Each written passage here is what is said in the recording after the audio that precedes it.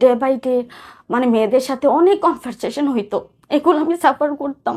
কিন্তু ওর মোবাইলের পাসওয়ার্ড বলেন বা আদার্স কিছু বলেন, আমার কারোর সাথে কমিউনিকেট হইতে দিত না, বা ও চাইতো না আসলে। যদি আমি কারোর সাথে কমিউনিকেট করি, সে আমাকে মা বাপ তুলে অবাচ্য গালাগালি করতো যে তোর সাথে আমি থাকবো না, এই না সে না। বাট সে জানতো যে আমি তার প্রতি অনেক উইক। তো কোভিডের টাইম যখন ছিল, এগুলা দেখতে দেখতে আমি এক পর্যায়ে ডিসিশন নিই যে আমি সেপারেশনে যাব। দেন হচ্ছে 2021 সালে আমি আমার বোনের বাসায় চলে যাই। আমার বোনের বাসা ওই দিকেই ছিল, আমার আমার থেকে অনেক ডিস্টেন্সে ছিল। তো ওইখানে আমি শিফট হই।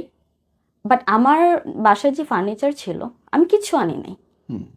আমার এই সংসার লাইফে যা যা ওইখানে ছিল সব কিছু ওইখানে রেখে আমি শুধু আমার নর্মাল কাপড়গুলো নিয়ে চলে আসছি।